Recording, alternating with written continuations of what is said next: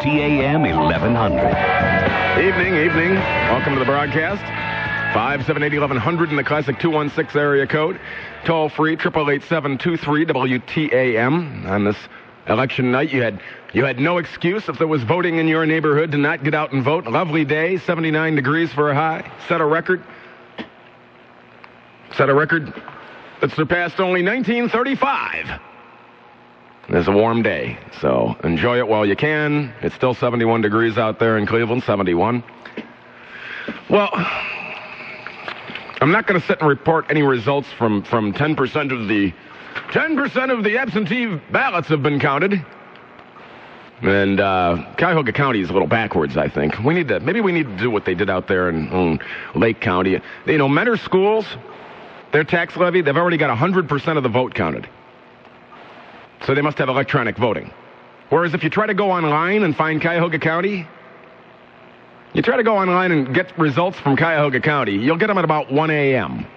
because they're so far behind. But Mentor schools, the $3 million additional levy, 100% of the vote in, tax levy passed. 51%. Yes, and I know Lake County is a very small county, Nathan. Good producer, Nate. But Cuyahoga County ought to have electronic voting. If we had electronic voting here, perhaps we would get the results more quickly. Otherwise, some of the results are sketchy at best. With about, absentee ballots only counted. It looks like issue 47 in Lakewood is failing. Now, don't write that in stone. That's not definitive. But it appears to be failing. And now that the debates are over and the polls are closed, I can tell you exactly how I feel about the redevelopment of the west end of Lakewood by eminent domain,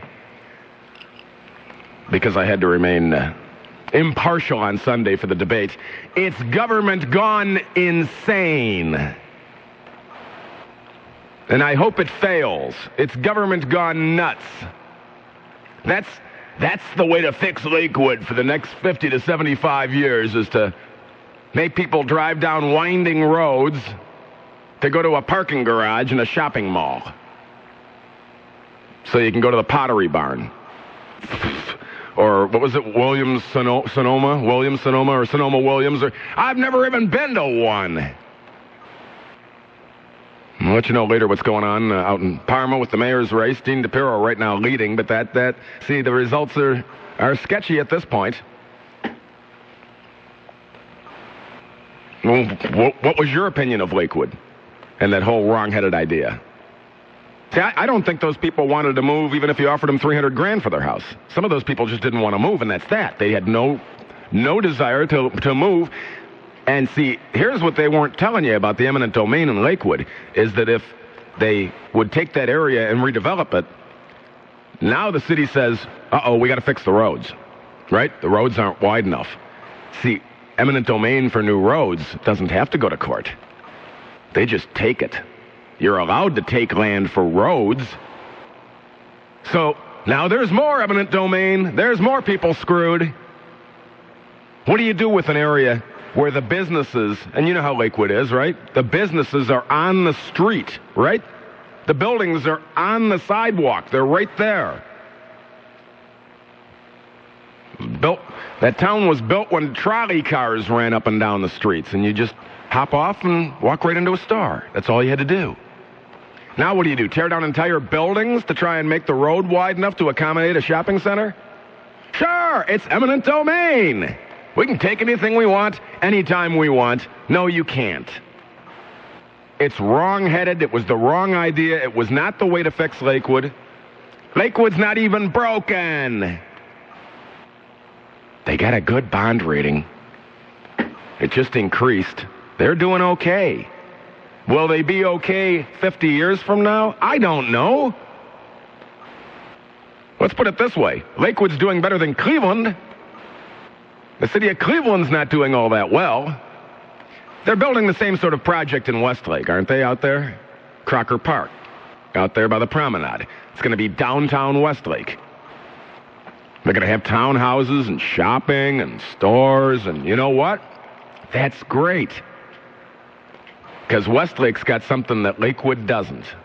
Lots and gobs and heaps and tons of land.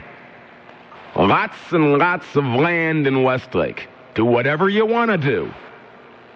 You got a ton of land, you buy the land from the people that own it, and you build whatever you want.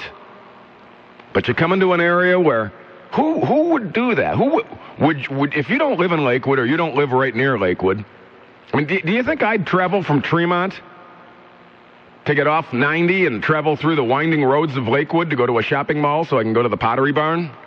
Not likely. I don't like driving through Lakewood to begin with. There's cops everywhere. I went to Lakewood High School. Cops would hide in between parked cars on Warren Road to try and catch speeders. Now, it's one thing to have cops around. It's another to have them parked in between parked cars. I mean, I realize, it's a densely populated city. But I don't think it needs to be tearing down apartment buildings to put up a Pottery Barn. I just don't see it. It's just nonsensical, and I hope it does fail. Brian, you're on the air. Oh, hi, Rick. Howdy. I just wanted to ask you a question about what you thought about the West End Lakewood thing. Gee, I guess you've been listening to some other station for the past 5 minutes. No, actually. Well, I said I'm completely against it. Yes. I'd like to know if you had an idea of how else Lakewood is going to be able to prevent becoming Section 8 Central.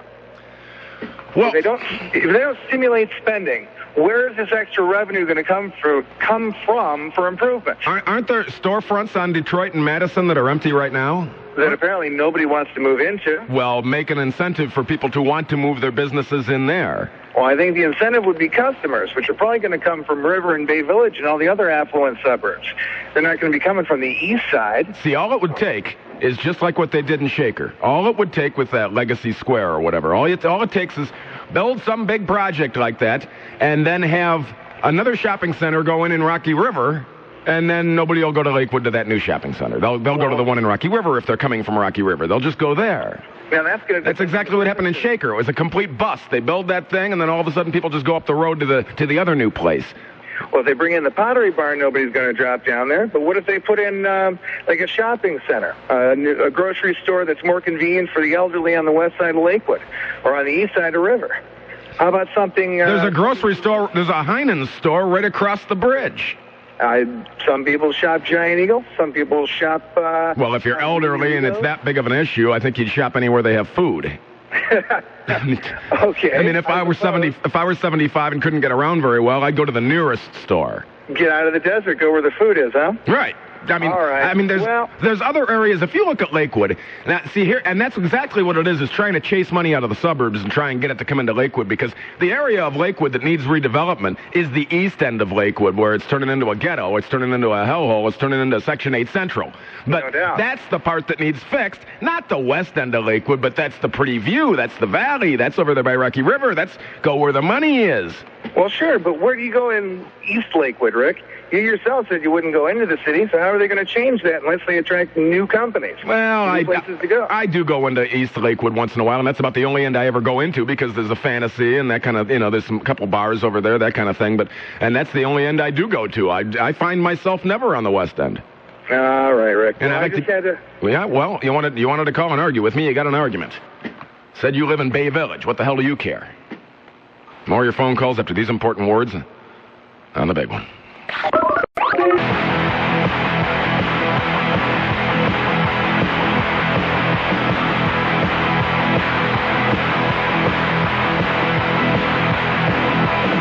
Rick Gilmour. Oh, don't pay attention to Ray. On News Radio WTAM 1100. Yeah, I'll get your reports all evening long from our roving reporters as they come in. Triple Doppler forecast from TV3 Chief Meteorologist Mark Nolan. Tonight, temperatures dropping off and rain beginning, low in the 60s. Tomorrow, thunderstorms are possible, mid-50s. Currently 71 degrees in Cleveland, 71. Our cyber vote at WTAM.com. Is it irresponsible for the plain dealer to show some guy falling out a window to his death on the front page of the paper? 74% of you say yes. I looked at that and I thought, is that entirely necessary? There happened to be a reporter right there, I guess, to snap this guy falling out of a window at the Carter Manor downtown. which is a hellhole all unto itself. I thought they would tear that place down years ago. I thought it was closed several times for prostitution. That's all it's good for. And the whores go in there. The Near West Side hillbilly whores working the streets of downtown Cleveland, and they'll say, "Hey, baby, want to go on a date? I'm going to take you up to the Carter Manor and fleece you out of your $20 for oral," or something like that. I'm still popping off about this Lakewood thing. I've got a packet of more information than you'd ever want to know on both sides of the aisle. Now, get a load of this. Here was the tenants committed to the West End project. Now, tell me how many of these you would really go to. You ready? Okay, and I'm looking at my producer in the other room. You're a Lakewood resident, right? Yes. Now, how many of these do you think you'd actually end up going to? And try to just, be perfectly honest. I mean, just Pottery Barn. I am married, so, yeah. Well, okay, Williams-Sonoma. I don't even know quite what they sell. They exist for the sole purpose of marriage registrations and bridal registries. Bombay Kids. Don't think so. No. Pier 1. No, I like Pier 1. Love the commercials. Yeah. I like the Pier 1 they used to have out at the Great Northern. It was huge. I mean, it was like it was like a warehouse. It was years ago. It was the size of, one of those big, huge stores out in the strip out there. You'd walk in there and it was like going into a cave. It was all kind of dark and everything stacked ceiling high, and the ceiling was huge, 20-foot tall ceiling or something. It was really cool, and then it turned into a glass storefront. Mikasa. What is Mikasa? Mikasa S2 Casa? They sell home furnishings. Okay. Stuff like that. Camille Laurie. Don't know what that is. Know me. California Pizza Kitchen. Oh, of course. Yeah. Well, pizza, sure, I'd give it a shot once, right? Look at me. Yeah, well. Clada Irish Pub. Definitely. If it was a true Irish pub, because, see, I know people from Ireland, and they said, these things you call pubs over here aren't pubs at all. Pubs are nice. Pubs have padded stools. The pubs are like a fancy restaurant in Ireland, whereas over here, any corner Irish bar is a pub. Well, and stir crazy. It sounds like a stir fry or something like that. Probably, I don't know. Oh. Chipotle. Oh yeah, of course. Lakewood's second location. So apparently they have one in Lakewood already. On Warren Road. San Francisco Oven.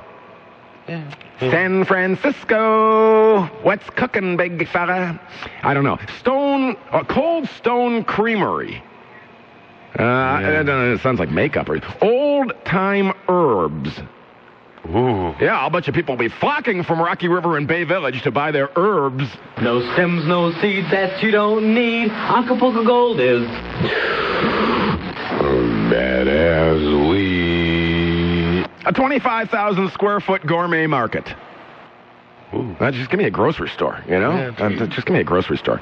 The West End Cinemas.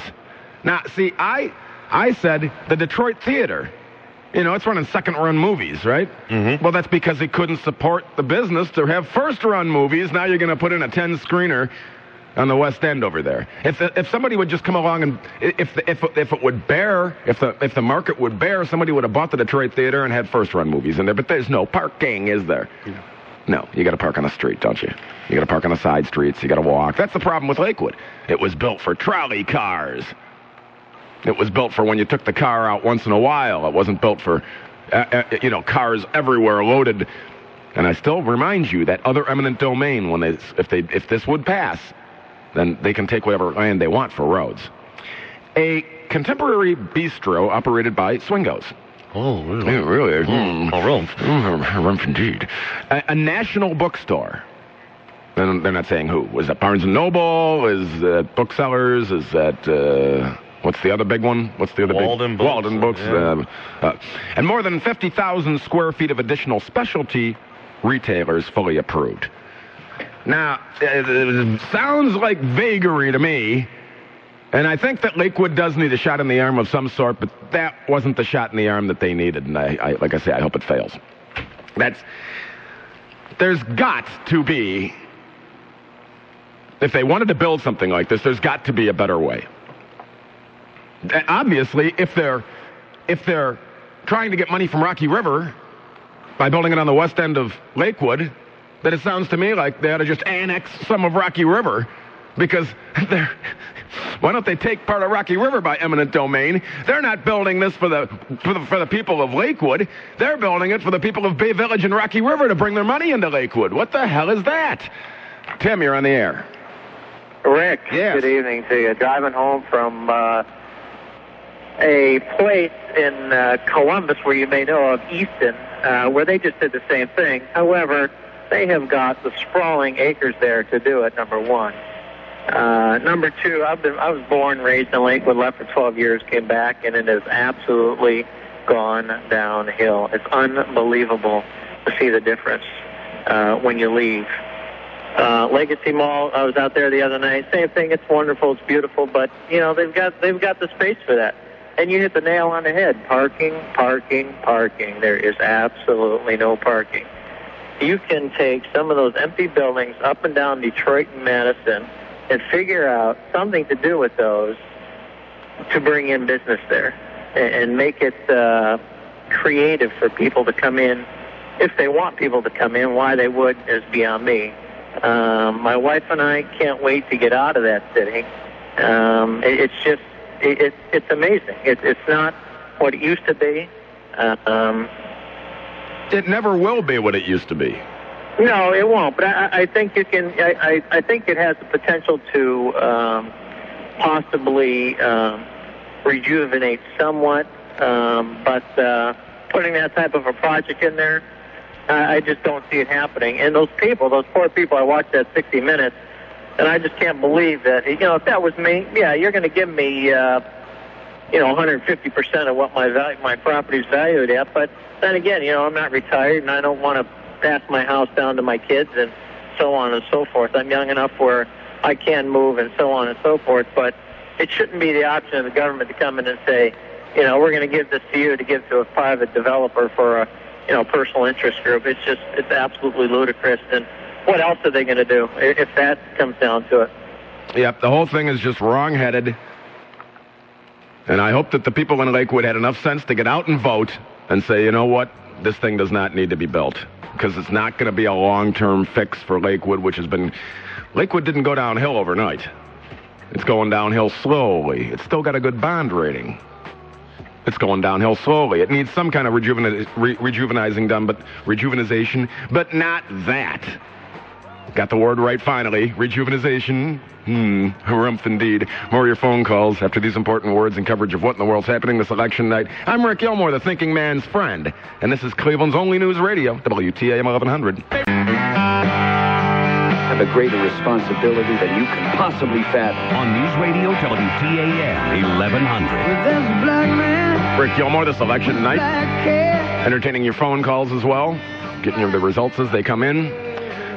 Madeleine Kane could be on the way out with the absentee ballots counted. Looks like Tom George, the vice president of council, leading. But it's awfully early to try and call any of these things. Here's what Madeleine Kane had to say about the reason why they felt that the West End project needed to be done. Do I feel bad for the 8 or 10 homeowners? Absolutely, I feel great sympathy and empathy for them. But it's my job to try to improve Lakewood. Remember when somebody says but, you forget everything that they said before that in the sentence. Do I feel bad for the 8 or 10 homeowners? Absolutely, I feel great sympathy and empathy for them. But it's my job to try to improve Lakewood. Well, let's improve Lakewood. Let's take Union Carbide by eminent domain. Over there on Madison and 117th. That's a huge, huge, huge chunk of land. Oh, but that's not on the Rocky River end. How come Rocky River didn't try and fight to kill this thing? How come Fairview Park didn't try and fight to kill this thing? They got their own troubles? I mean, Lakewood must need some fixing, but couldn't they just take away? What about Lake Erie's Screw? I thought they were on their way out over there by Lakewood Heights Boulevard. Isn't that a huge chunk of land? Isn't that readily accessible to the highway?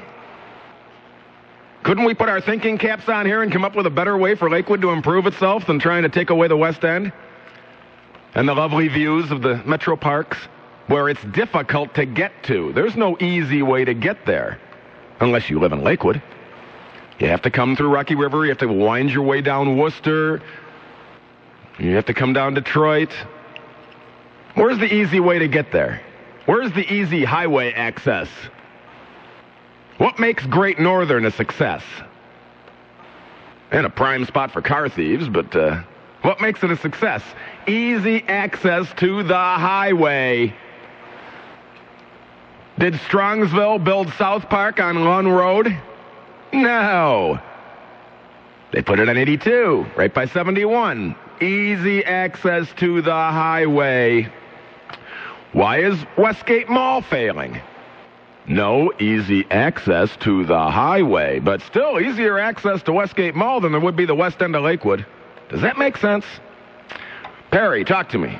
Hey, you're not going to believe this. You're making me laugh my head off. Why is that? I just got home from Middleburg Heights. Right. And it took me exactly 40 minutes from right over here by Southland to drive to, I live in the Cleveland-Lakewood border.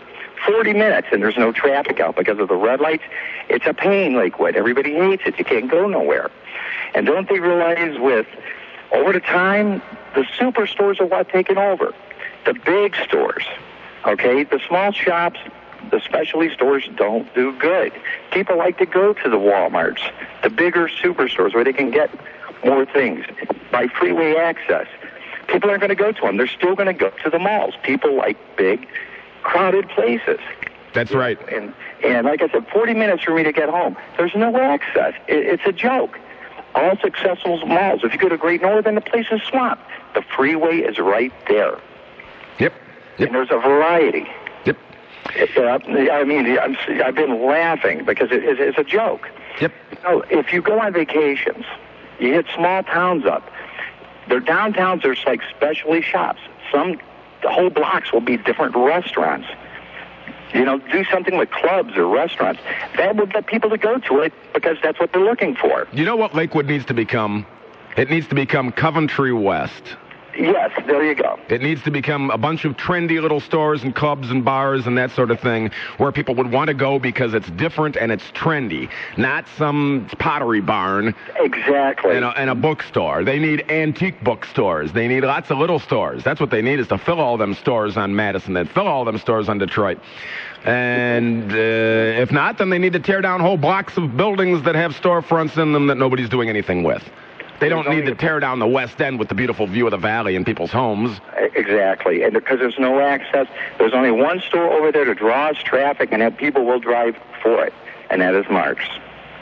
You know, people come from miles around to that store. And why do they go there? Because it's cheap.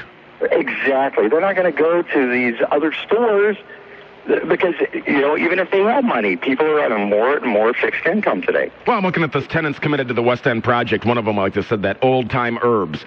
Now, how big a store do you think is going to be selling herbs?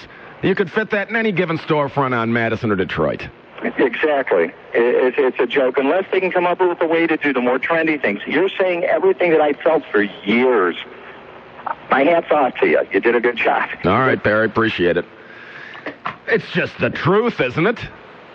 Like I said, I went to high school, Lakewood High. I know what it was like driving there every day. I know what it was like driving back and forth. I know how the traffic is. I don't know how to put my finger on it, but Lakewood's its own kind of town. You know what I mean? It's its own kind of town. There's nothing that... I can't think of another town, another suburb that's just quite like Lakewood. It's got its own feel to it. It's got its own flavor. It's got its own kind of storefronts. It's got its own kind of thing going on. Yeah, it's got all kinds of things going on, apparently, but we'll find out. I'm surprised they'll have a referendum someday there, like Cleveland Heights. We'll find out how that does later as well.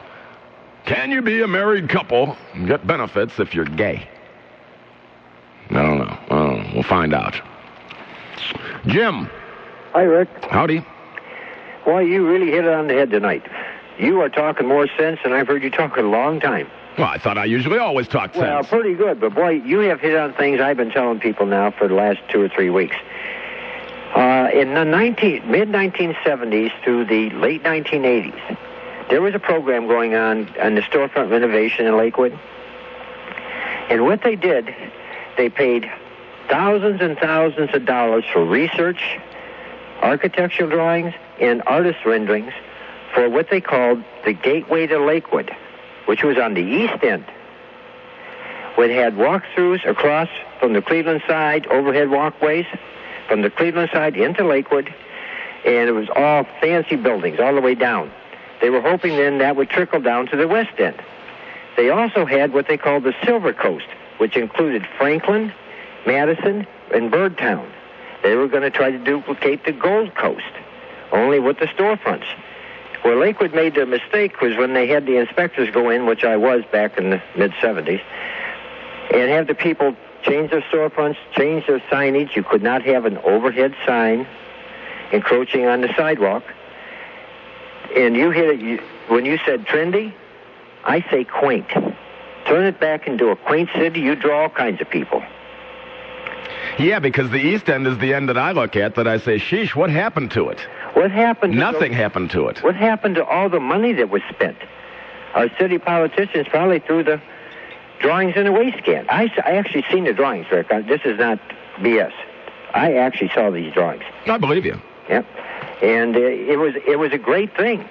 I was working for an owner of a building that owned the Ameritrust building on the corner of 117th in Detroit. Okay. And he was going to have his name splattered right on the side of this building, right underneath the sign gateway to Lakewood. I mean, that's how this was a big thing going on, and all of a sudden you didn't hear anything more about it. Well, somebody made money off of it and ran. Yeah, and I had a question. Why in the heck would you want another bookstore in a mall when there's one in every place you go? There's one in Rocky River. And the people in Fairview, I originally lived in Fairview for over 30 years. You could run right over to Westgate, or not Westgate, what's that new one, the Westtown over there? Westtown, yeah. They got bookstores in there. You don't need to go to Lakewood to go to a bookstore. Well, like I say, I mean, I get the impression that the only thing they could draw on was try to get money from Rocky River. The other thing that you nailed right in the head, if you did something like that in Lakewood, those Rocky River people would not be slighted. There's more money in Rocky River than people realize. They would build something and turn that Lakewood thing into a go small. And you also, yes, that's true, and you also have to realize that the economy the way it is, there are homes that have been sitting for sale in Rocky River and in Westlake for over a year. That's right. And no one's buying them, and they're $300,000 houses because no one's got the money. That's right. The economy is, in this area. It's all flim-flam. Yep. They built a bunch of brand-new townhouses in Tremont on University, and they had a big sign up. They were $389,000 each. And they put a sign up, 10 units, only 8 left. And then a couple weeks later, only 4 left. And then a couple weeks later, only 2 left. Yeah. And then no, you know what it is? It's a corporation comes in and buys them all and then rents them. And it's a flim-flam. Oh, yeah, only 1 left. Yeah. You know, it's just like pumping liquidity into the market to try and make the Dow look like it's pushing 10,000 again. Do you know anybody out there buying stock? Not today. Not that I know of, but the government can pump liquidity into the market and make it look artificially inflated, and then that way people will say, oh, good, the economy's coming back, in a pig's eye. Rick, people do not do their homework today. I know that. And that's a sad thing. I think most of the people that were for this in Lakewood are younger people that had moved in there in the last, let's say, 20 years that I'm speaking of. And they had no idea these other plans ever existed. I never knew they existed. And that is a fact. I mean, they did exist. All right. Well, okay. You know, it's very interesting. Very interesting. Well, thank you, Rick. You're more than welcome. I'd never heard of that. But I believe the gentleman, don't you? Sounded like he was telling the truth to me. Now, you don't want to develop the east end of Lakewood. Who's going to go there? Well, at least you can get there. You jump off 90, you're right there, right? It's not hard to get to it all. I'm serious. If they're going to take land by eminent domain, I don't know this. I don't know what kind of tax dollars that Union Carbide generates. Or is that on the Cleveland side? Is that Lakewood or is that Cleveland? But if Lake Erie screws going belly up, that's Lakewood. You could develop that area. The people that dream these things up, I think that they're greased. I think the developer comes in and says, well, here's yours.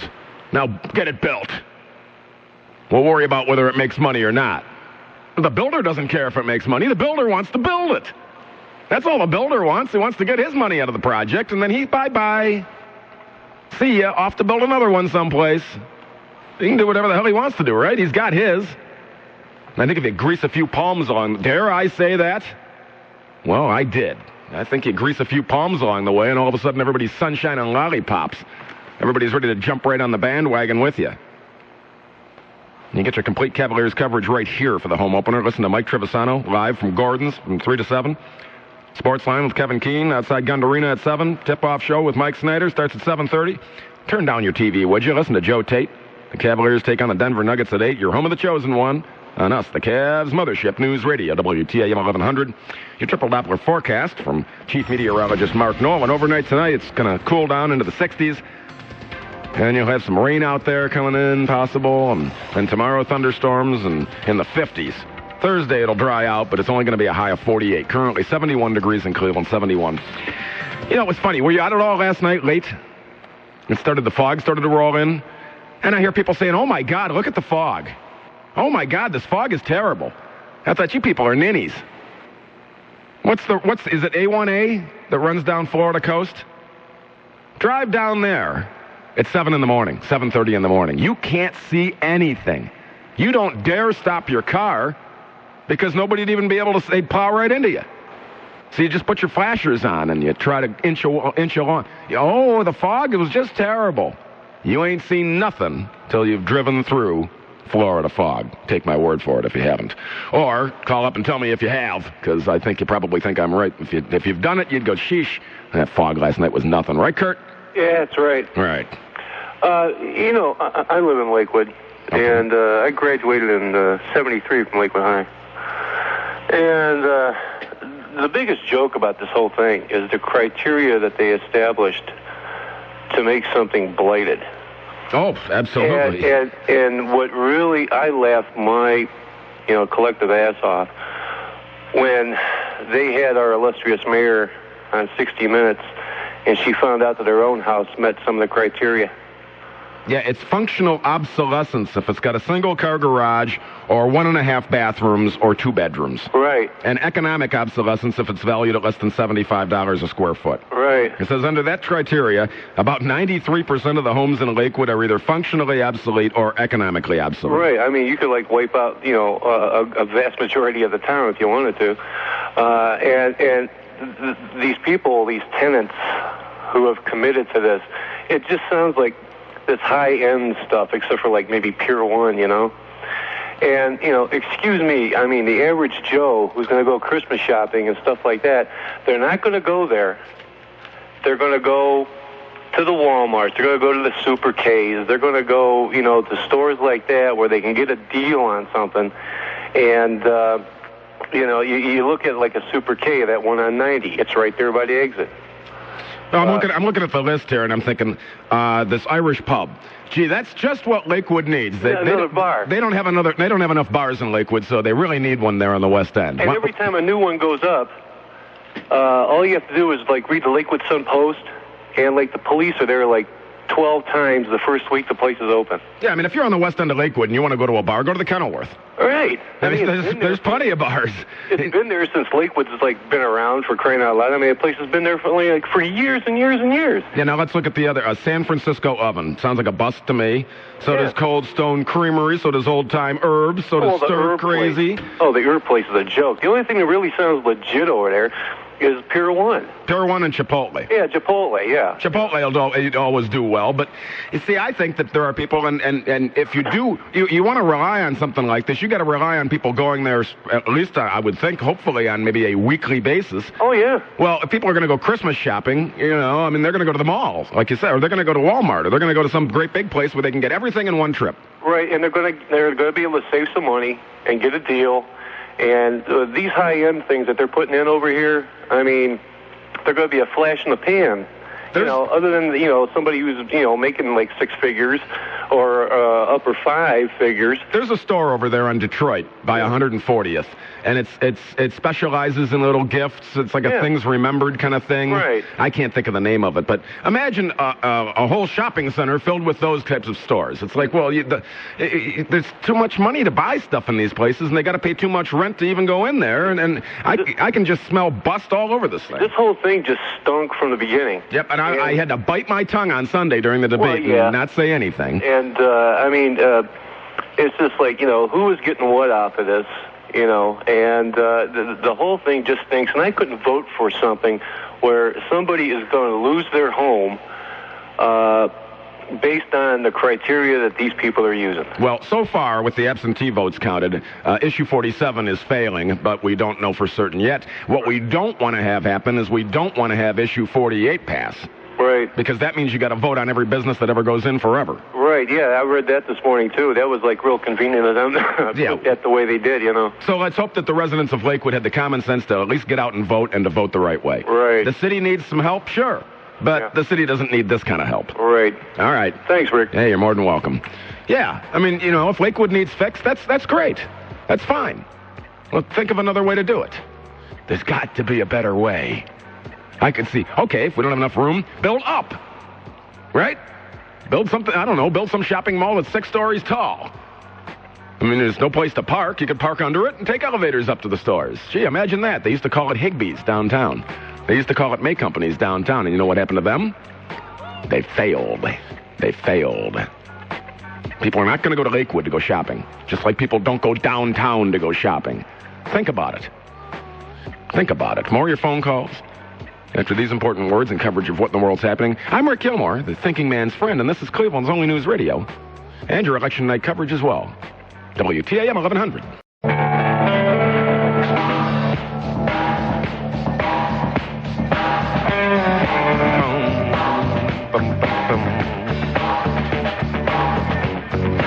Evening this election night.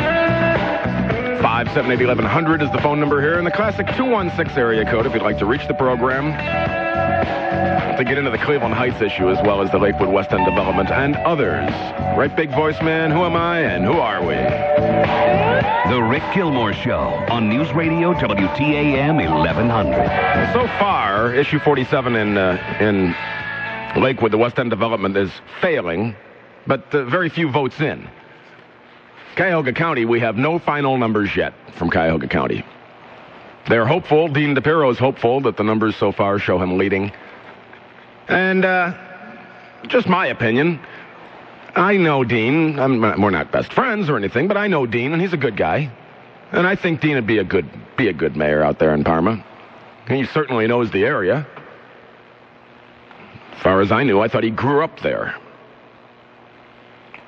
And what's going to be really confusing is Strongsville. Some of those candidates out there for mayor were write-in candidates, and people didn't know how to write in the name properly, or they didn't write what the person was running for next to their name, so they didn't know whether they're looking at these ballots thinking, well, if it doesn't say mayor, they're not just going to assume it's the mayor. Seems like it was a lot simpler out there when Wally Ernfelt was still alive. With what few votes there are counted, Tom George is leading for mayor of Lakewood over Madeline Kane. Either one of them, it's a toss-up. I don't see as would make any difference either way. I believe both of them eventually ended up sort of leaning towards the West End development, which I was sort of very much against.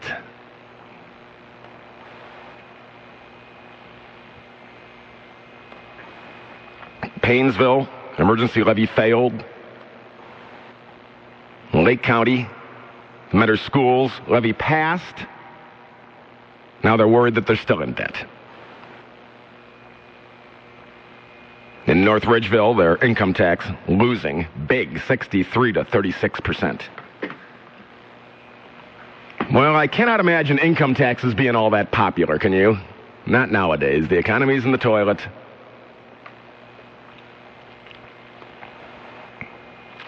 Rich, you're on the air. Hey, it's good to hear you during the week, man. We got to get you a full-time gig. Okay. Listen, did you read the paper this morning? Parts of it. Did you notice the tons and tons of people that could not or will not pay their property taxes? Yes. You think those people are going to shop?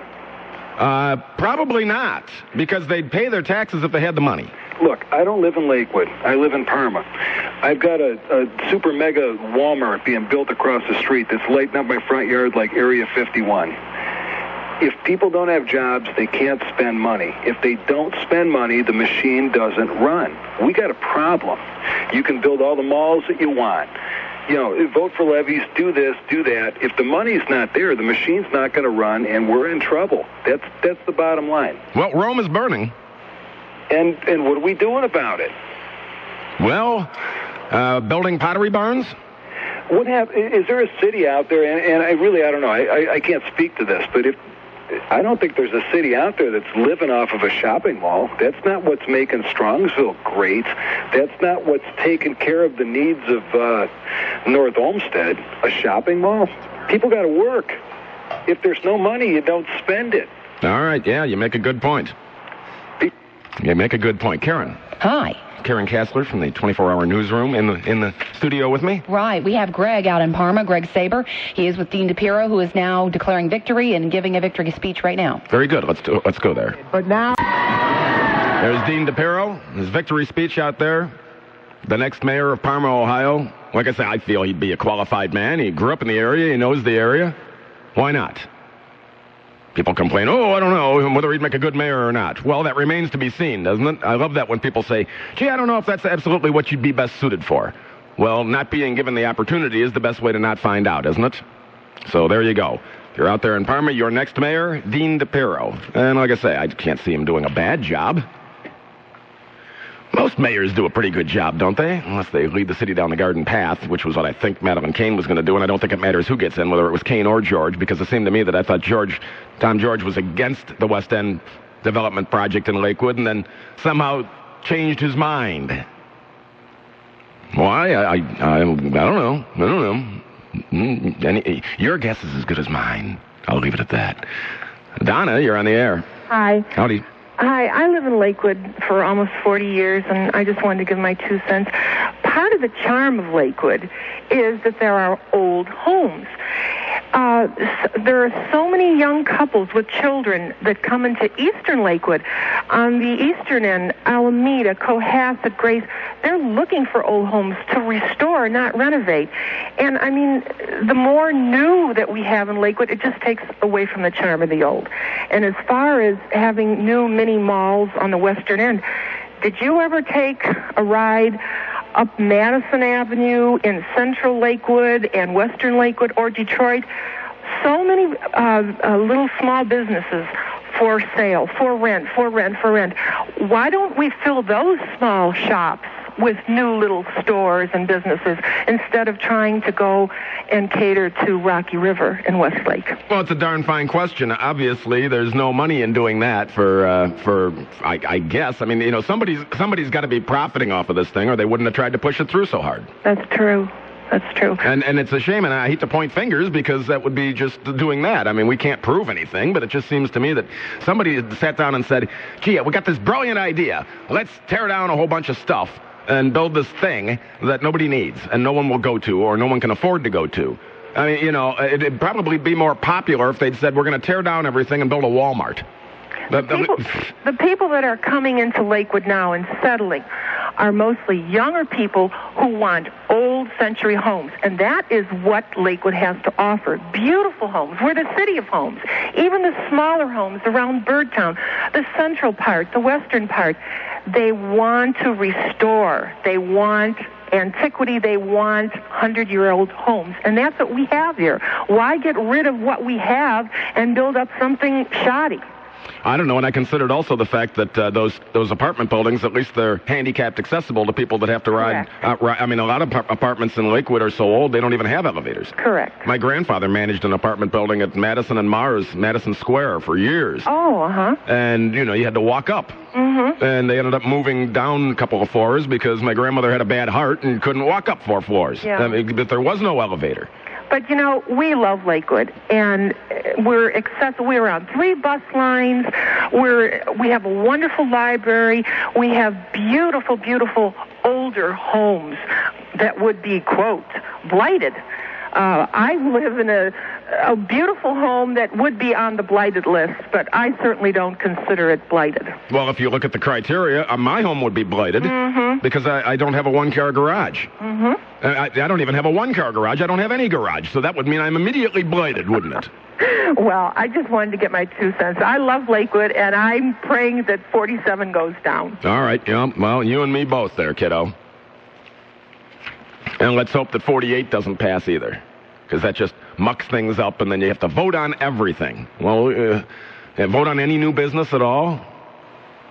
There's got to be a better way to fix Lakewood. I don't know what it is. That's not my job. But there's got to be a better way than tearing down apartment buildings and gobbling up land on the beautiful end of Lakewood where, I guess they figure you can go shopping and look down into the valley while you're doing your shopping. While you're eating your Chipotle, you can look down into the Rocky River Reservation. Well, that's nice. I mean, it would be more popular if they said we're going to pave Lakewood Park. There's certain things you just don't do. And telling people that are perfectly fine homes, I drove over that way and took a look around. Blighted. That means 9/10 of Cleveland would be blighted. Well, like they said in the literature, 93% of the homes in Lakewood would fit into the blighted category. Ed, you're on the air. Gilly, how you doing? All right. Well, at this point in time, it's winning 52% over 48%. And if you have a minute, I'd like to share something. Where did you get those results from? Our latest results show that it's losing 58% to 42%. It just came over the television. Oh, don't believe TV. Listen to the big one. Yeah, it's a big one. Back in 99, I used to work for an investor, and we used to buy a lot of homes in Cleveland. And what eminent domain in Lakewood, in my opinion, would do for the nation if it passes is it would revolutionize things. And by that what I mean is if you were to try to pick up a boarded up home, you could do it by adverse possession. In the state of Ohio, you can sit in that house for 20 years and legally steal it from the current owner by doing a quiet title, okay? But you have to pay the taxes on it and everything. All right. But now, what eminent domain can mean for the nation if this passes is that it's a little bit more simplified than having to wait 20 years to take somebody's property. Granted, you're still going to give the person fair market value, okay? Even if you do adverse possession and the owner finds out that you're living in their home, they can still come back and kick you out for trespassing. And you've wasted all those years that you've had in the house, but there again, you've only had to pay the tax. You really didn't have to pay the mortgage. But so you're telling me you think this would be a good thing? I honestly think it would be a good thing because what it would do is if you had a vacant home and it was boarded up and you wanted to pick it up and you couldn't find the owner, you'd be able to pick up that house a lot easier by doing an eminent domain than you would by doing an adverse possession. Well, how many times do you run across the boarded up house where you can't find the owner? A lot. That's why a lot of people are trying to do pre-foreclosures. But a lot of people don't know where to go to get information. What's a pre-foreclosure? A pre-foreclosure is when somebody misses at least one mortgage payment on their home. They fall into a default. What happens is the attorney or the lender turns the account over to their attorney. The attorney then files a paper through the circuit court to prove that the homeowner's in default. When they make proof that the homeowner's in default, a notice of default gets filed. And that is the first inkling of a public record that somebody is in a pre-foreclosure situation. At that point in time, anybody can go to the public record and get a list of people that are in a pre-foreclosure situation and approach that homeowner to try to purchase their home or help them stay in the home by educating them on loss mitigation issues. Well, that's interesting because I wasn't aware of that. So right. It becomes a matter of public record, and so then the people can find out and they can, but only one mortgage payment's all it takes? I'm sorry? Only one mortgage payment's all it takes? I don't understand what you're asking me. If you only have to miss one mortgage payment? Yeah, well, you're in default when you miss one. But now they can't foreclose on you after just one. No, they cannot. And the reason why is because, well, they can if they really wanted to, but... Well, they could accelerate your loan. In all actuality, the lenders are governed by the insurance companies. You've heard of PMI? Yes. Okay. PMI, private mortgage insurance, covers the top 20% of most loans on a home. When a lender gives a homeowner a loan on the house, the lender goes and gets the top percentage of that loan insured in case the homeowner defaults. Okay, all right. Now, if I miss a payment, then the insurance company might say to the lender, look, don't foreclose on them yet, okay? Because if you give them time, they might be able to catch up on the rears and come current with everything. They'll be able to cure their default. Okay. But over a period of time, in the state of Ohio, it takes over 500 days for somebody to become foreclosed on before they're kicked out. Oh, really? Or before their house goes to sheriff's sale. Okay. Okay. Then they have an eviction. Approximately 21 days after sheriff's sale, then the new current owner of the home could have them evicted. Okay. But this whole process takes over a year. It takes over a year. Okay. But you can become, you would be in a default situation by missing one payment, okay? But what adverse possession or what eminent domain would do for the nation is a lot of good things, actually. In Lakewood, if this passes, could actually be the stepping stone for vacant homes. The government doesn't want vacant homes throughout the nation. They want people to go in and they want them to take care of that property. But I understand, in this situation, I side with you, okay? Right. It is wrong. But if they're going to put it on the books and they're going to put it up for a vote, then yeah, let's go ahead and revolutionize things and change things a little bit to, give people a fair amount of money for their property if they want to sell, okay? Yeah, I mean, I could see if it was happening someplace else. But I just think that this is a rotten idea for Lakewood. Well, the developer is making the money, okay? Because, and I know this for a fact because the thought came to my mind. I said to myself, look, what is easier for me? What is an easier way for me to go and get property if I can't if I can't get in touch with the homeowner? The most simplest thing in my mind would be to be able to do it eminent domain, but I can't because of the way the laws are written now, okay? And I don't want to spend 20 years in the home paying the taxes on it and saving the receipts, because if the homeowner comes back and sees I'm in there, he'll just evict me and I'll lose all that time and everything else. Well, I find this very interesting. I appreciate the phone call. Well, if you go to my website, noticeofdefaults.com, you can learn more about it. All right. Thank you very much. Thanks. All right. Well, I learned something new tonight on this election night. Yes, Nathan. Dean DeBarrow. Where at? On the phone? On the warm line?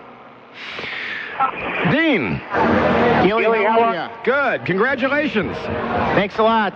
You looking forward to being the new mayor of Parma? I'm very excited about it. It's going to be a great opportunity. I think it's great for the citizens of Parma, new leadership, a new vision, a new way of doing business. I think you'll be a great mayor. I appreciate that. Do you have any plans for the immediate future?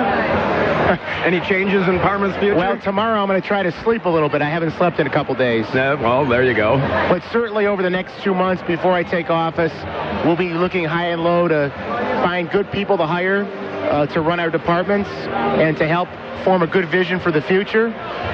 Certainly we're going to have budget issues next year with our police levy failing, but we're going to do it. We're going to put it together, and we're going to move our city forward. Yeah, Parma's a unique city, and I think it'll be just fine. Gilly, I appreciate the time. All right, I appreciate you taking the time to call in. Great, thanks. You're more than welcome. There's the next mayor, the new mayor-elect of Parma, Ohio, my buddy Dean DePiro. I think he'll do a fine job. And Parma, thank goodness, they've got a pretty good tax base going on out there, right? The funniest thing about Parma was the imbroglio that went on at one point over how come the city of Parma doesn't buy Chevy police cars. Because we build Chevys here, but they're buying Fords. Because the Ford's a better cop car? Sorry, nothing personal. The Chevys are front-wheel drive, and rear-wheel drive's better for a cop car. Just a thought. Charlie, you're on the air. Yeah. I'm sorry I didn't get a chance to call in Sunday. I thought you had a good show there. Yeah, a lot of people couldn't get through on Sunday. Yeah, I'm been studying property rights for 40 years. I'm not a lawyer. I'm a surveyor. I deal with property, and I agree with you. Eminent domain to take people's property for a private developer is wrong. It's against the Constitution of the United States. It's against the Constitution of Ohio. And these communities are starting to do this. It is not right. You don't build a community by stealing the property of your neighbors. And not only that, it would... The idea is bad and the idea is wrong-headed, but so is the project that they're talking about trying to put forth on the west end of Lakewood. Those stores that they're talking about putting in on that end of Lakewood, I just don't see that being the shot in the arm. You know, the people that supported this, they claimed, oh, gee, you know, this is gonna fix Lakewood's ills because in the next 50 to 75 years they're gonna be in trouble. Well, how is this shopping center gonna fix their ills? I can't see it. I agree with you. The property is ill-conceived. And some of your callers are appearing to get the idea that maybe there's a little something passing under the table here. But regardless of the intent of the project, the taking of the property for a private project is simply wrong. I've had to work in public works almost all my working life, and I need eminent domain to put in water and to put in sewer and to put in electric lines. We can't destroy the procedure because it does serve a purpose, but to take it for a private development is just wrong. Yeah, you know, and I was thinking that's what the people that were against this thing for the whole time were saying, that if you take eminent domain to get these people's properties, well, now it's already traffic is too busy around there, so now they're going to have to use more eminent domain to take roads. They're going to have to make road space, and so now more people are going to be losing their properties down the road because, I mean, I guess they don't have to go to court to use eminent domain for roadway. Is that correct? That's correct, yes. So they don't even have to go to court. They don't have to ask anybody. They just say, look, Detroit Road's not wide enough. We got to make it 4 lanes wider. And so people are going to lose their properties, and that's that, and we're sorry, and we're taking it. If you're putting in a water line, the only thing you're obligated to do in your design is use the most economical route. All right. Well, for the public good, it has to go forward. We need water. We need sewers. Absolutely. Well, Charlie, you informed me this evening.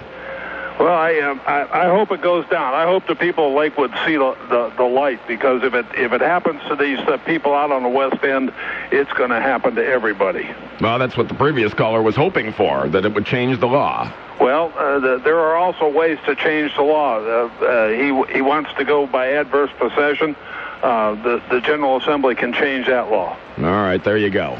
There's other ways to change the laws than taking people's property by eminent domain.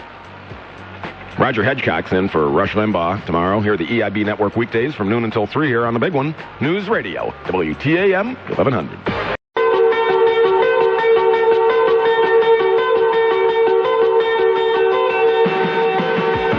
Rick Gilmour. The space aliens have more or less landed. They kept our power on during Y2K. Oh, really? Yes, sir. They're our friends. On News Radio WTAM 1100. Well, in Lakewood, the latest on issue 47, it looks like 53% against. So I don't know where that caller came up with the idea that it was somehow passing. 46% for, 53% against. Don Pasqualik in Akron, the mayoral incumbent, beating Brian Williams 70 to 30%. And it sounds like that one's pretty much a done deal, huh? We'll find out. The only thing I can tell you that is written in stone, a couple of things, is the Paynesville 1.7 mil emergency levy failed. Parma, the new mayor, Dean DePiro. And the Mentor Schools, 3 mil levy passed. And they have electronic voting out there. Cuyahoga County Board of Elections is slower than molasses in January. 578-1100 in the classic 216 area code if you'd like to reach the program. Toll free 888-723-WTAM. In Lakewood, Tom George is leading over Madeline Kane, but that's not written in stone. In Strongsville in the mayor's race, Persiak leads DeMio. And I do not have any results on issue 48 in Lakewood. We'll see how that one goes. Joe, you're on the air. Yeah, Gilly. Yes. How you doing? Great. Quick 2 points about the caller 2 callers ago, the adverse possession and the eminent domain. You know, it's really, the Lakewood is so funny because it's not really eminent domain because the city knew that they couldn't get away with eminent domain taking these properties because it was for purely private use. And that's what the government invented eminent domain for. And so they did what was pretty unique. They took the issue to the voters in a referendum instead to circumvent the issue. And so they're actually, if it passes, which hopefully I hope it doesn't, but if it passes, they would essentially have done an eminent domain by not doing an eminent domain, but by allowing the voters to decide rather than take it to court. And I think, you know, that the adverse position will never change. It's for the government to take property for the government's use. And there's already been issues that have come across where they've tried it for purely private use, and the courts will not allow it because that's not what it was intended for. And nobody realizes that. They think it's still an eminent domain issue, but really it's not, because now it's on the ballot, and eminent domain is for the courts, where this referendum makes it a voter issue. And I have no idea what that other guy was talking about with adverse possession. That will never go anywhere. I mean, it's such an arcane idea. I know. I thought about that too. You're gonna pay the taxes on someone's home, and the owner still owns it, but they can throw you out, but you have to do it for 20 years. Completely arcane idea. It doesn't even happen. I mean, maybe once in a million you can actually move into someone's place, pay the taxes, live there for 21 years, and then claim possession of it. It doesn't happen. Nobody's that far removed. Not as much as that guy says it happens.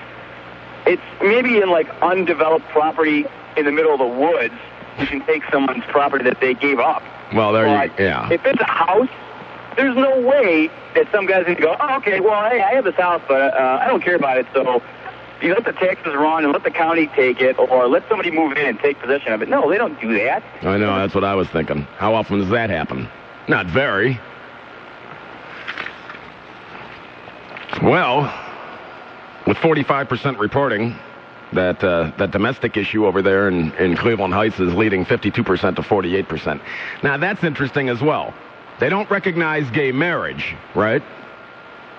But whether or not you can recognize the fact that a gay couple can be dependent on each other and have some sort of rights as far as medical coverage and that sort of thing. Well, quite frankly, I think we have a hard enough time with regular old married folks trying to get benefits and stay covered and that sort of thing. But then again, you know, it's a wonderful world we live in. Who knows what'll happen? Jeff, you're on the air. How you doing, Rick? All right. I'm a surveyor, and I agree with that guy Charlie that called, the other surveyor. Right. He was totally on the ball. But as far as the adverse possession, it usually happens in like farm country where somebody's farming land or something like that. And they've been farming it for 20 years, and the neighbor never said anything, you know what I mean? Oh, I got you. You know, so this guy's totally all out of it. Okay? Well, it was an interesting thought, but yeah, I didn't. Yeah, but it doesn't work. Nobody's going to move into somebody's houses like they abandoned and like stay there 20 years, and you know the county's going to come after somebody, and looking for tax dollars somehow. But anyways, what I wanted to say was, yes, sir. Most people, I stake houses, roads, sewers, whatever, every day. Okay. Right. For new development. There's no development in Cuyahoga County. Everybody's in Lorraine, Medina, Avon. Summit. Avon is so growing. It's unbelievable, and the people out there don't even know what to do with it. They're having a hissy fit out there. I know. Let's go live to Ted Klopp in Cleveland Heights. I am in Cleveland Heights. Wait a minute. I'm running outside because it's really loud in here. I was going to say, sounds like it's awful noisy there. I'm in Jimmy O'Neill's Tavern over here in Cleveland Heights, where the people in favor of the domestic registry are obviously in a pretty good mood right now. That issue is about 900 votes, give or take a few ahead right now. We're still trying to figure out how many precincts or how much of the vote that represents, but up until this last count that they posted, it was about 51-49, and now the margin is about 56 to 44% in favor. So the folks here who are in favor of the domestic registry are obviously pretty happy with these new numbers. I didn't realize that there was that large of a gay and lesbian community in Cleveland Heights. Well, now, I don't know what the percentage is on that population, but there are also seniors would benefit from this legislation the way it's worded, and in fact, anybody would benefit if they're 18 years or older. All you have to do is be in a committed relationship, and it's not a same-sex thing. It's just 18 years or older, showing that you're in a committed relationship. So if you are in a committed relationship with another woman and you're not going to get married, but you're living with her, and you want to, if for no reason you just want to avoid the marriage penalty tax, the marriage tax. Right. You can. If you're in Cleveland Heights, if this thing passes, then you can get some of these benefits. Visitation at the hospital. If the person you're in the relationship with passes away, then you get, it's like you're related to them. You follow what I'm saying? Yes.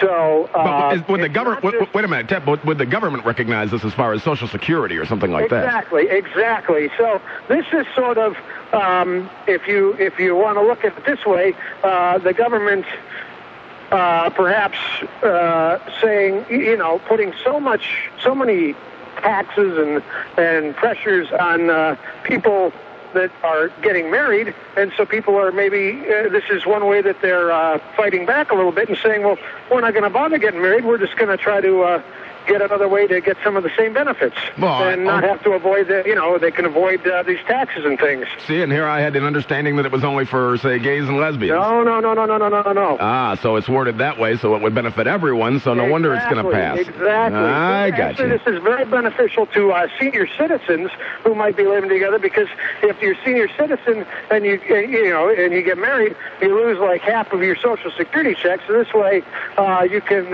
if this passes, then you can get this, and then you don't have to lose your Social Security. So it's a good idea. Yeah, in some respects, I suppose. More people, I think, are for it than you might expect, because the perception is probably that it is for same-sex couples, but if you check the legislation, it's not. It's for just about anybody. Uh-huh. Well, then that's probably why it's going to probably pass. It looks pretty good right now. The folks, Big Cheer just went up here about 10 minutes ago when they posted those most recent numbers that had it up by 900 votes, but they're really not sure how many people the fellow who's in charge of the pro movement, David Caldwell, said that he expected to have about 15,000 people vote today in Cleveland Heights, and these new numbers only represent about half of that amount. So cautious optimism, I guess, is the phrase to use at the moment for the people in favor of this particular issue. Well, we do have one thing written in stone. Dean DePiro is the new mayor of Parma. I saw that. I did see that, and I guess Tom Coyne didn't do too well in his bid to get back into public office either. No, it looks like Don Pasquale down there in Akron is beating Brian Williams 70 to 30%. Well, I guess all that nastiness didn't pay off between for Brian Williams. Negative campaigning. Well, I guess, yeah, but Pasquale has been there for a long time, so I guess it says something for being able to hold on to the office. Well, look at when Mayor Ernfeld out in Strongsville was mayor for 25 years before he passed away. Exactly, and he probably would still be, if he was still alive, I'm sure he wouldn't be, he'd be hanging on to that seat. Probably. I mean, if you look at Strongsville and you look at the development they've made over the last 25 years, I'd say they're heading in the right direction. Certainly seems that way. Yeah, it seems that way to me. I mean, we were having a discussion this evening also about the eminent domain in Lakewood, and it looks like so far, with what votes are in, it's failing. Yeah, I did see that earlier, and I wonder what will happen from here if that does fail. The people who are in favor of it, what their recourse, if any, will be.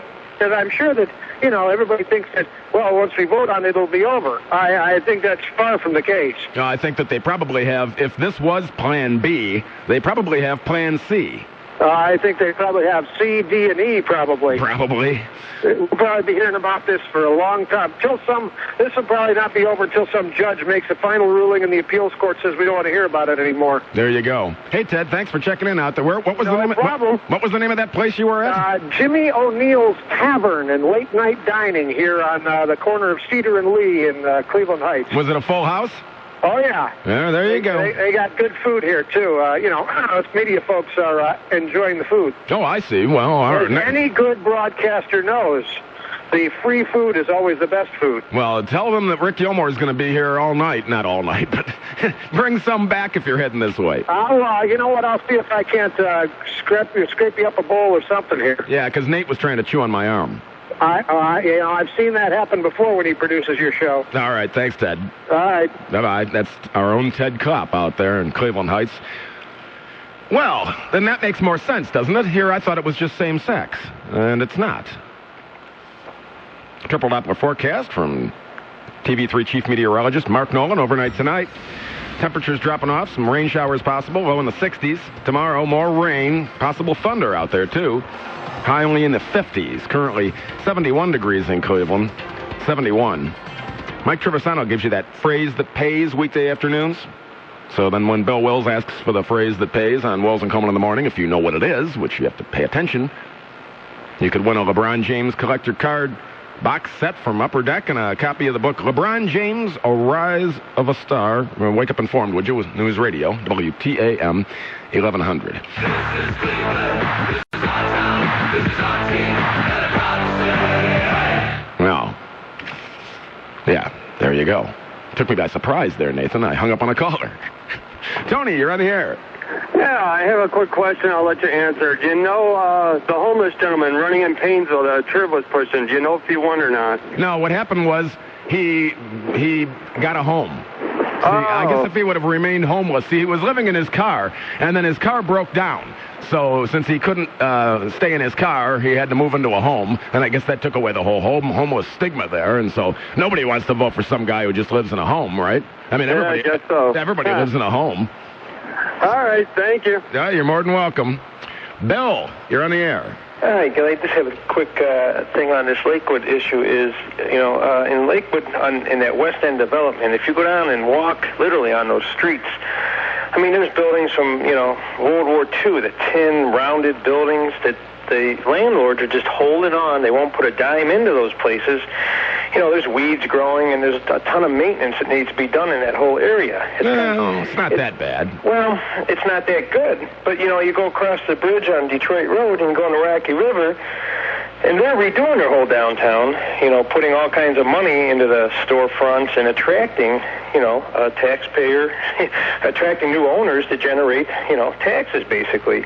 And that's kind of the West End. There's a few buildings and owners and landlords that have redone the whole area, and have really made it an attraction to go there. But it's the same principle in the flats. You can't put a brand new Fagans next to, iron forging business.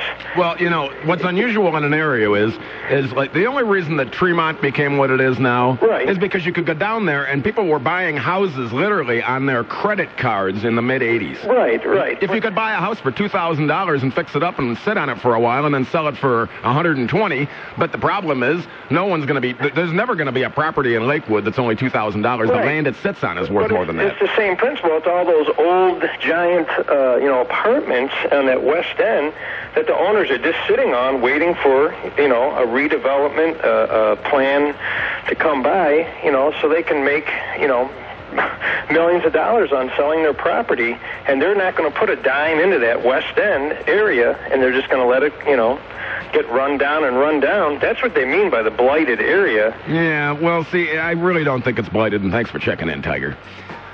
And if they really want that property badly enough, then offer the people $300,000 for their $125,000 house.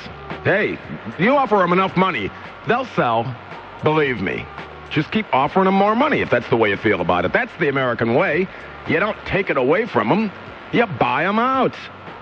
More of the program, more of your phone calls after these important words and coverage of what in the world's happening this election night. I'm Rick Gilmour, the thinking man's friend.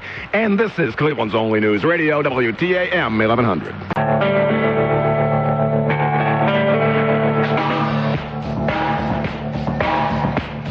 in my humble estimation, issue 47 is too close to call.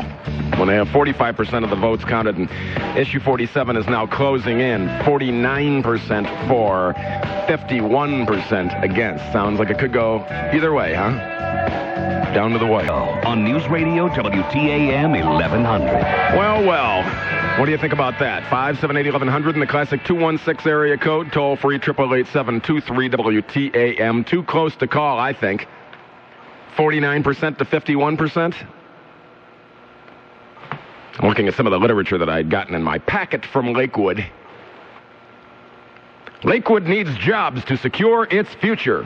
Lakewood needs revitalization projects, including the West End redevelopment to help retain, attract, and accommodate expansion of businesses that will create jobs, enhance our tax base.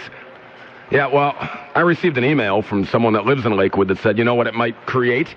It might create 1,000 jobs, 550 of which would be construction jobs that would last about 6 months to build the project.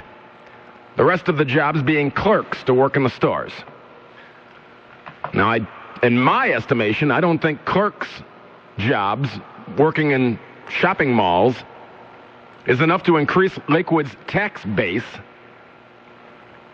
It says the problem, like other fully developed older suburbs, Lakewood must stop our aging commercial tax base from shrinking. Well, then why don't you do something with all the stores that you already got that nobody's renting? Lake Erie Screw in the next 2 years.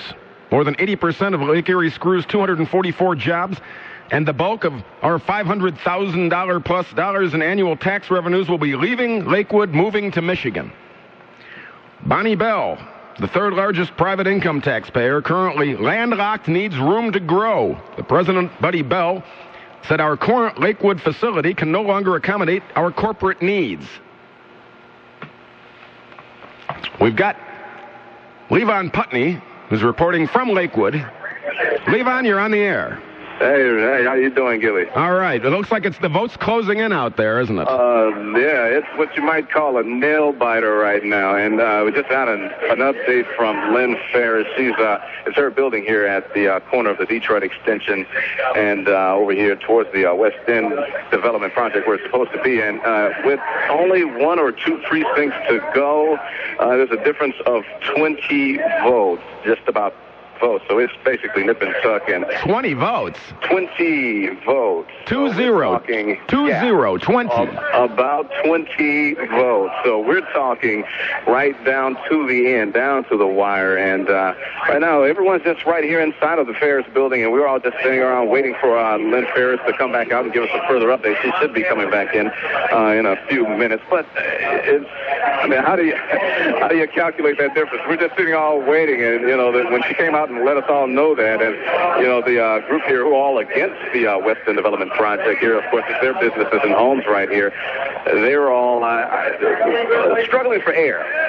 Struggling for air when she came out with the news. But she also said, and they also agreed that they're proud of their efforts, that they're going up against the city on an issue like this, on issue 47. So, do we have any results on issue 48?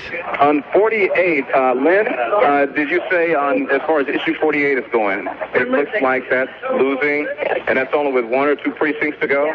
Yeah, so we're talking 1 or 2 precincts to go, and it looks as if issue 48, which is to get the charter amendment to maybe get the citizens to vote on any future development plans where eminent domain or any issue development plans will be at the final. Oh, we're getting the final numbers here? Guys, we got the final results.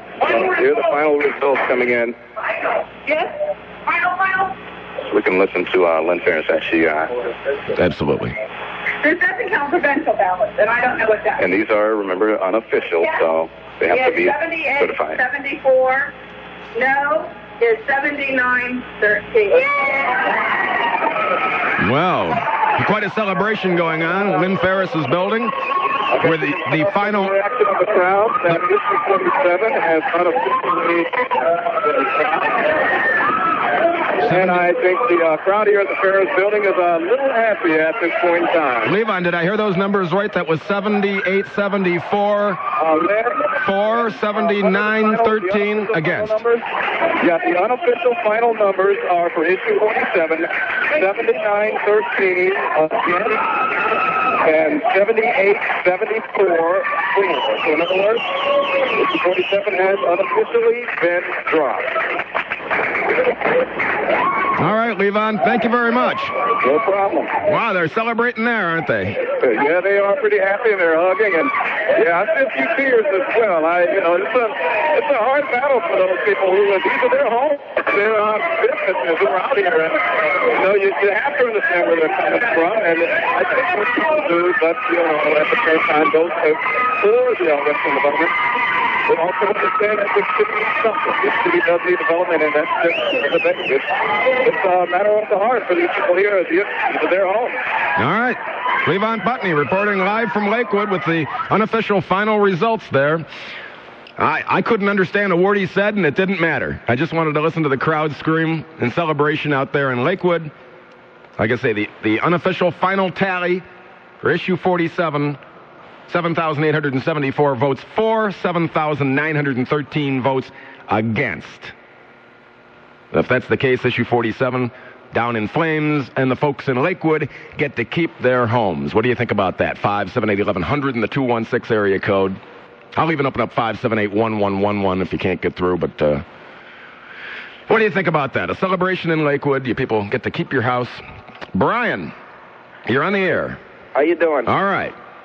Yeah, I just heard those results. I am, to be quite honest, pretty surprised. I thought for sure that issue would pass, and I think that the community, the people of Lakewood, seeing as how it really only affected a small amount of people, you'd have a lot of people that their homes wouldn't be affected go out and support those people. I think they should be commended. I think that that's a pretty strong sign of their will to how they want their city run. Well, it's like the story of David and Goliath.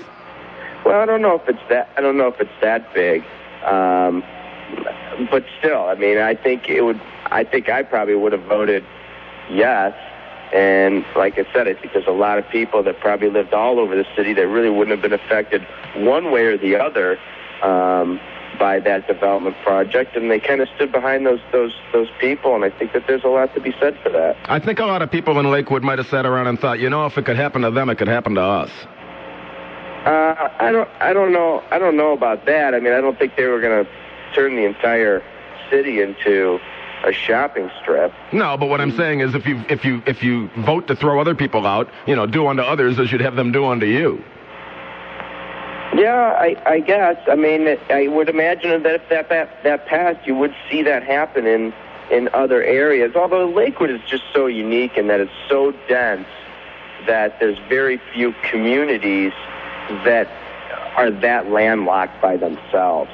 And there's other ways that Lakewood's going to have to come up with to, revitalize the tax base. And I agree. I don't think a Pottery Barn was it, although it did add an attraction, I think, to keep certain residents there in some of the nicer areas, particularly down there on Lake Avenue.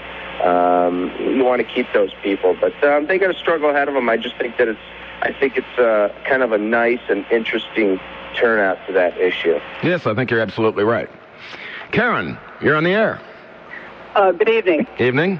I wanted to comment also on the issue 47 in Lakewood. Yes. I've lived in Lakewood for about 5 years now, and this is the first time I voted in Lakewood. I would absentee ballot in a different county. But I really think issue 47 was a good proposal, was a good issue. However, I think what happened, or at least my interpretation, what I've seen, or from the people that I've spoken to, is the way the issue came up. And, I actually live down towards that end of Lakewood. And, like I said, I've lived here 5 years, and I really think it would have helped the economy move forward for the future, and so on and so forth. So I voted yes on the issue, but like I said, I think the way the issue came about and the way it was presented to the community that turned people off. And I sort of agree with I think it was you that brought up the fact that the attitude was, if this happens to me, it could happen, or if it happens to someone else, it could happen to me. But really, you have to look toward the future. And, it's unfortunate that issue 47 went down. Well, where was it here? I had this whole informational packet about Lakewood. This was the email I received from a man who owns a business in Lakewood. And I'll just come out and just say I've known this guy for about 25 years. And he's never pulled one over on me yet. So until someone lies to me, they're not a liar. And this was the information that he had sent me. They promised $1.1 million a year over 30 years. But they'll never tell you the area currently generates $937,000 a year in taxes. That's right, throwing people out of their house for $175,000 a year. That's at the projected rate of success at 85%, the national average being 75%. Northern Ohio is closer to 62%. They say no new taxes. I have an independent study called the PRISM Report done in March of 2003 at the request of the city to get financing approved. They state the school will get a guarantee of $393,000 a year, which is exactly what they get out of the area right now. If the mall does not generate enough taxes, the city would have to borrow the money to pay it. I have the report paid for by the city. It also finds huge financial flaws in their plan. They promise 1,000 jobs, 550 construction jobs that'll last 6 months, and clerk jobs. Finally, the big one, the area is as busy as Lorraine Avenue now. This project, if it can be believed, that they'll have 40 stores, 7 restaurants, a 10-screen theater, but they've never done a traffic study. The state believes the area cannot support the traffic. Roads will have to be widened. Parking lots will have to be built. More eminent domain, the kind that cannot be fought in court. Throw 1,000 to 1,500 people out of their houses, 600 apartments, 55 homes, so the city can build a mall for the Pottery Barn and Williams and Sonoma. It's sick. A taste of the stuff that they'll never answer on the radio. So there you go. Ken, you're on the air. Hello, Gilly? Yes. There was a gentleman that called in earlier that he was talking about pre-foreclosures and things like that, and he had given a website, and your screener didn't know what that website was, but... I didn't write it down. Okay. Well... If the gentleman's listening, he can call back and tell the screener what the website is, and then that way we'll know. Okay, because I was going to give my website my phone number, and if he is listening, maybe he could call and give him my number. Well, I'll tell you what we'll do. We'll just have somebody. We'll just have the gentleman call back and give that information, and then you just keep listening right here to the big one. How about that? Tomorrow on Wills and Coleman in the Morning, guests include Cavaliers owner Gordon Gund, Cavaliers play-by-play man Joe Tate. LeBron makes his home opener tomorrow night on the big one. That's us. Wake up informed. Don't be a dum-dum. Listen to Wills and Coleman, would you, every weekday morning from 5 until 9 here on News Radio. WTAM 1100, triple Doppler forecast from TV3 Chief Meteorologist Mark Nolan. Tonight, temps dropping off into the low 60s. Currently 70 degrees in Cleveland, 70 degrees. Let's look ahead, shall we? Sure. Tomorrow, thunderstorms in the 50s. Thursday, drying out, but a high of only 48 degrees. So I hope you already went out there and raked your leaves if you had to do that. How about that? Mike, talk to me. Hi, Rick. Howdy. Yes, it's too bad, now we'll have a new name here on the west side for Lakewood. We'll call it East Cleveland West. What you're going to see is the inevitable decline of a once prosperous community. Do you think this one shopping mall was going to fix Lakewood forever? Let me tell you, Rick, I own a home in Rocky River, a very nice home that I could sell right now at a real nice price. I would consider moving to Lakewood in one of the townhouses. We're empty nesters. You think I'm going to move to Lakewood now? We're the kind of people that they would want in Lakewood. Well, and how many townhouses were they going to have? Oh, they're going to have many. I mean, very expensive townhouses as well. Well, yes. And you don't think people that can afford that would be wanted there? And that would be enough to get you to move to Lakewood? It might be. Wow. Wow. That's all I can say. I just sat around and thought about, as first I heard about issue 47, I just sat around and thought, Where did they come up with this idea that Lakewood's so broken, but that's going to fix it? A shopping mall. And not a huge one either. In an area where... And the gentleman that sent me that email is correct. There's enough traffic in that area right now.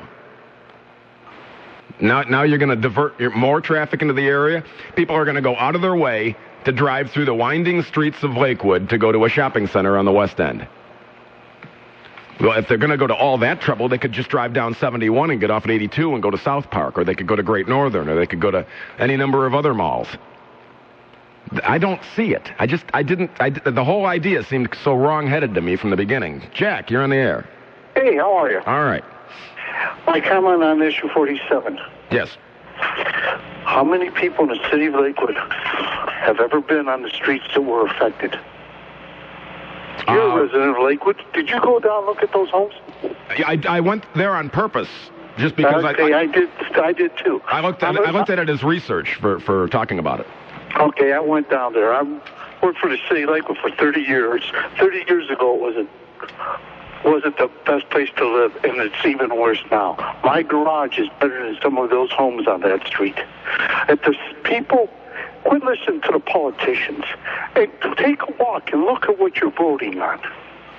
I'll tell you, I had a lot of people that live in Lakewood that told me that, they spend more time there than I do, obviously. They said that the area is not blighted. It's not blighted. If the criteria that makes the properties blighted is to be held true, then that means that 93% of the homes in Lakewood are blighted. My opinion was that the developer's the one who's going to make the money on this, and I just didn't see that being the end-all, cure-all for Lakewood's problems. Susan, you're on the air.